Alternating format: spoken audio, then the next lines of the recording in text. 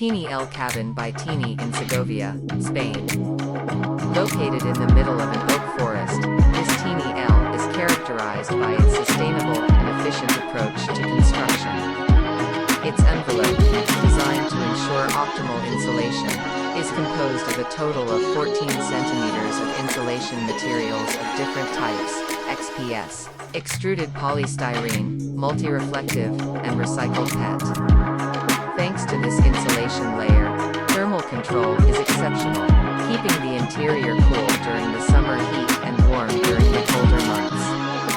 To add a cozy touch, the interior walls are covered with OSB-oriented strand board, which contrasts with the galvanized steel of the facade, providing a pleasant atmosphere and adding another layer of thermal insulation.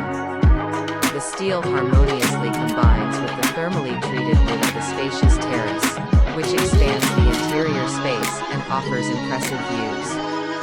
The interior design has been carefully planned to make the most of every corner. In the largest module, there are the living area, dining area, kitchen, and bathroom, providing functionality and comfort in one space.